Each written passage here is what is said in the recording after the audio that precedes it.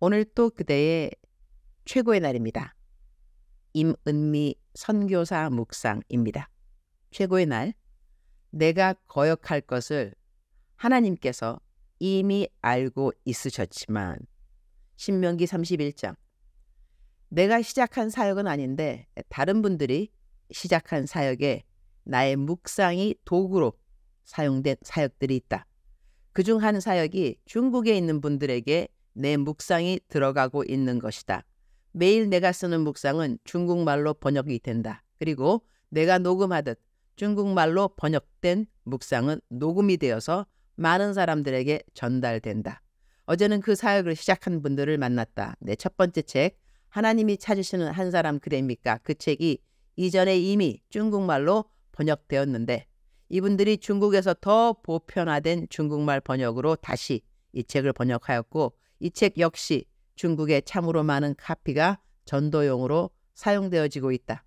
어제는 그분들을 만나 나의 책과 내가 매일 올리는 묵상이 중국 내에 어떤 영향력을 미치고 있는지 그 간증을 들었다.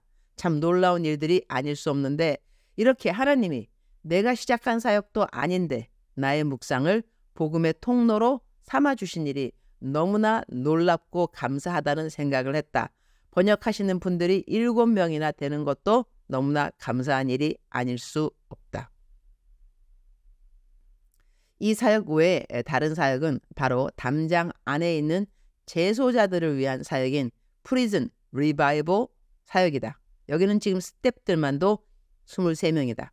이 사역 역시 내 묵상을 담장 안에 있는 재소자분들께 한 명 한 명 매칭해서 매일같이 인터넷 서신으로 보내주는 사역인데, 이 사역은 처음 약 10명에서 지금은 거의 500명이 가까운 재소자분들이 내 묵상을 매일 읽는다. 그렇게 묵상을 읽게 되신 분들 중 많은 분들이 담장 밖에 있을 때 교회를 안 다니신 분들이 많았는데, 이제는 예수님 영접하고 성경도 읽는 분들이 많아졌다는 것이다. 이 역시 놀라운 일이 아닐 수 없는 것이다. 이분들은 손글씨로 편지를 보내주시는데 읽는 편지마다 감동이 아닐 수 없다. 나는 어제도 그분들의 편지를 읽으면서 이분들의 편지를 책으로 내야겠구나, 그런 생각을 했다. 제목은 이미 정했다. 담장안 식구들 이야기. 이렇게 말이다. 추석 마칠 즈음 출판사에 연락을 하려고 한다. 전국에 5만 명이 넘는 재소자분들이 있다고 하니 5만 부를 전도용으로 사용할 생각을 하고 이 책을 출판할 생각이다. 주님이 오실 때가 얼마 안 남아서 주님이 이제는 감옥과 구치소에 있는 모든 하나님의 백성들을 불러내시는 것이라고 나는 생각한다. 이분들이 어떻게 성경을 읽고 또한 나의 성경을 바탕으로 한 묵상을 읽고 변화를 받았는지 많은 손글씨 편지가 있지만 그중 하나를 옮겨본다. 할렐루야. 날마다 오전이면 교도관님의 손을 통해 오는 임선교사님의 최고의 날 묵상 편지가 얼마나 기다려지고 감사한지 모릅니다.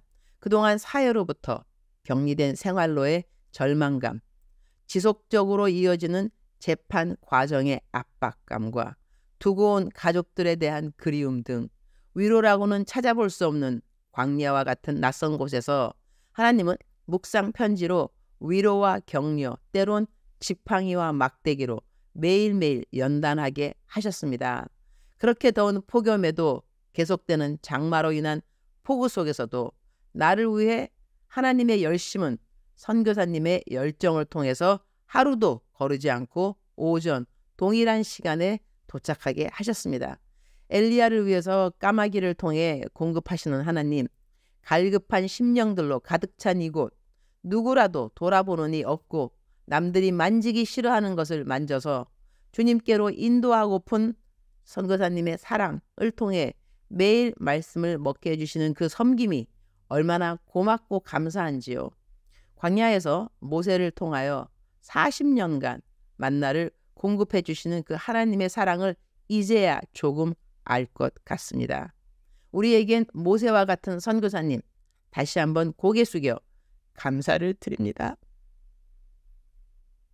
안 그래도 10월 4일부터 서신이 변경됨을 공지사항을 듣고 기도부터 시작했습니다. 그동안 무상으로 받은 묵상편지, 우정사업본부 개편으로 묵상편지 한 장에 520원 추가, 한 장당 30원, 매일 묵상편지 한 분에 전달된 금액은 550원. 지금 묵상편지 받아보시는 분들이 400명가량, 곱하면 매달 약 700만 원이 들어가야 되는데 너무나 걱정되었습니다. 그래서 재정이 채워지도록 후원할 분을 보내주셔서 지속적으로 묵상을 받아볼 수 있도록 도와달라고 기도하고 있었습니다.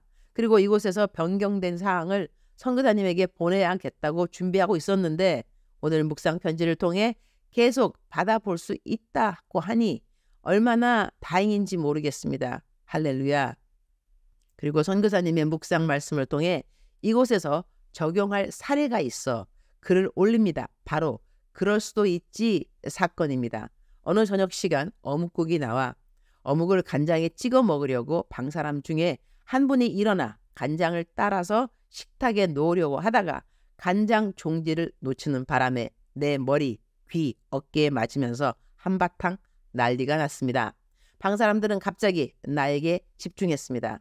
간장 종지를 놓친 친구는 얼음이 되어 버렸습니다. 그때 선교사님이 보내준 묵상 말씀이 생각나서 내 입에서 그럴 수도 있지. 그래 사람이 실수할 수 있는 거야. 라고 웃으면서 얼른 닦고 맛있게 먹자 한마디에 방 분위기는 확 달라졌습니다.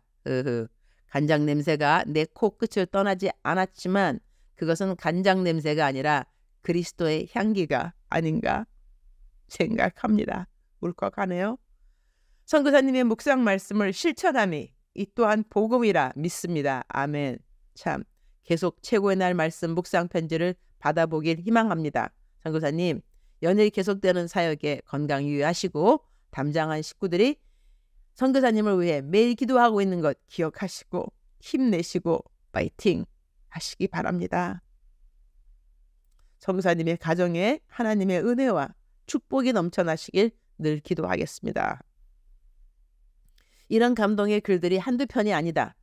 그래서 이 글들을 책으로 내고 싶은 생각이 저절로 들었다.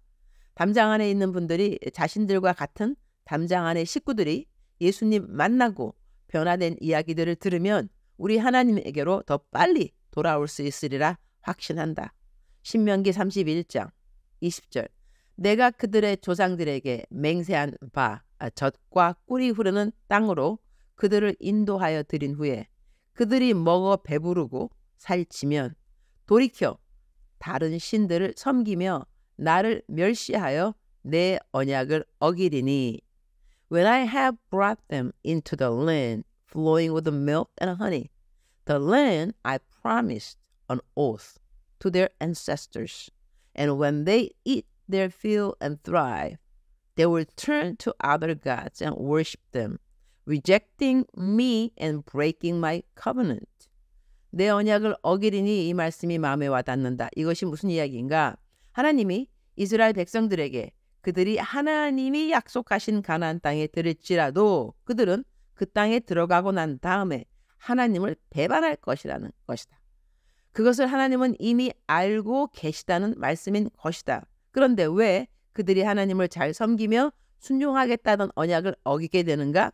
성경은 이렇게 답을 해준다. 그들이 먹어 배부르고 살찌면 돌이켜 다른 신들을 섬기며 나를 멸시하여 내 언약을 어기리니 그러니 한마디로 말하면 먹고 살만해졌다는 이야기가 된다. 가난하고 헐벗고 힘이 들 때는 하나님을 찾더니 이제 먹고 살만한 정도가 아니라 배도 부르고 살이 찔 정도로 부유해지니 하나님을 내가 언제 알았냐라는 식으로 하나님으로부터 돌아선다는 것이다. 나는 신명기 31장을 계속해서 성경 듣기로 들으면서 마음이 참 무거웠다. 성경을 읽으면서 울을 때 두 가지 이유가 있는데 하나는 너무 감사하고 고맙고 하나님의 사랑이 신기해서 울게 되고 또 한 이유는 오늘처럼 하나님의 속상하고 슬픈 그분의 눈매가 느껴져서 그냥 나도 마음이 슬프고 무거워지는 때가 있다. 하나님은 그분의 선택한 백성들이 하나님이 그렇게 사랑해주고 돌봐주고 보호해주고 인도해 주었어도 그래도 그들은 하나님을 배신하고 하나님을 떠나게 될 것을 이미 알고 있으셨다는 것이다. 반역하고 배신할 그들을 이미 아셨어도 그래도 그분이 약속하신 가나안 땅으로 하나님은 그 백성들을 인도해 주셨다는 것을 생각하면서 그냥 울컥하게 된다.